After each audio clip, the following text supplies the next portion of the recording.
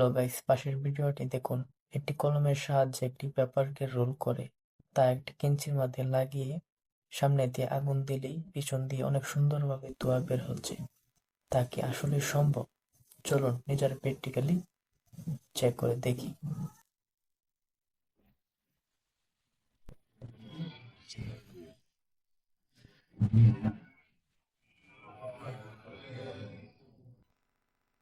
তার জন্য প্রয়োজন হলো আমাদের এরকম একটি পেপার, এরকম একটি কলম, এরকম একটি কেঞ্চি আর এরকম একটি স্ট্যান্ডার আর এরকম একটি ম্যাচ। সবগুলো আমাদের কমপ্লিট। এখন চলেন বানিয়ে দেখা যাক। এখানে রাখি, ম্যাচটা এখানে থাক, চলেন এবার বানাই।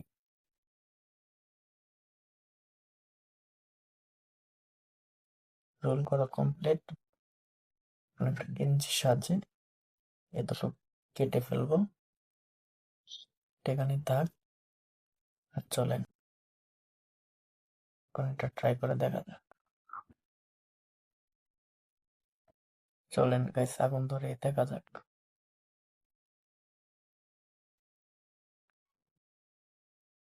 সত্যি গাইস, দেখা যাচ্ছে ধোঁয়া বের হচ্ছে। এই যে অল্প করে বের হচ্ছে, তাই মনে হয় দেখতে পাচ্ছেন না। খুবই অল্প অল্প বের হলেও সত্যি গাইস, একটি কাগজ রোল করে 90 অ্যাঙ্গেলে খাড়া করে রেখে তার মধ্যে আগুন দিলে অবশ্যই তার পিছন দিয়ে অবশ্যই ধোঁয়া বের হবে। সত্যি গাইস, এটি সম্ভব।